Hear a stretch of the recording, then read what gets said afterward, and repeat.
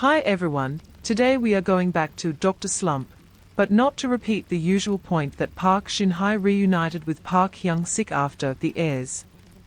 Instead, we need to look at what the drama allowed her to say about returning after marriage and motherhood, because that context changed the emotional weight of the entire project. During the press cycle for Dr. Slump, Park Shin-hye addressed how marriage and motherhood had influenced her acting career, and the drama itself placed her in the role of Nam Han-yul, a doctor whose life has been consumed by achievement until her body and mind can no longer support the pressure. That overlap between actress and role is important, not because Park Shin-hye is Nam Han-yul, but because the audience knew she was returning from a life transition that made adult exhaustion feel more credible than a standard romantic plot. Dr. Slump is not a drama about young people discovering love for the first time. It is about people who were praised for being exceptional and then quietly broke under the weight of excellence. Park Shin-hye's performance gains power from that adult fatigue.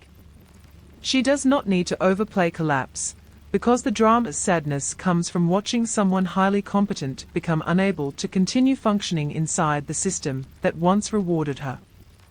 Park Hyung-sik's presence adds another layer, because their reunion after The Heirs created built-in nostalgia, but the drama refuses to simply reproduce that old energy. In The Heirs, the memory is youth, class fantasy, school tension, and melodramatic romance. In Dr. Slump, the emotional world is medical hierarchy, depression, professional shame, and a strange intimacy that forms when two people stop pretending they are fine.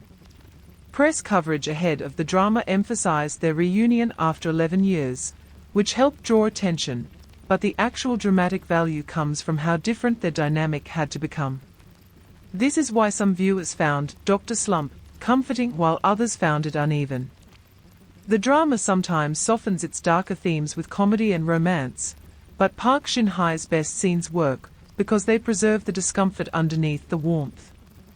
Nam Han-yul is not simply sad, she is embarrassed by her sadness.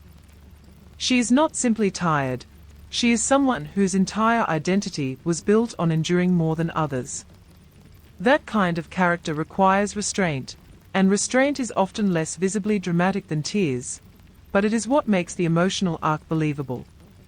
So Dr. Slump should be understood as a bridge project in Park Shin-hye's career. It reconnected her with romance and emotional sincerity, but it placed those familiar strengths inside a more mature life stage.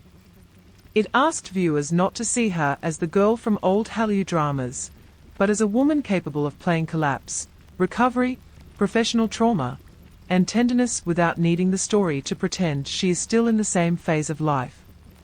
That is why the drama matters even beyond its ratings. It made her return feel human rather than merely promotional.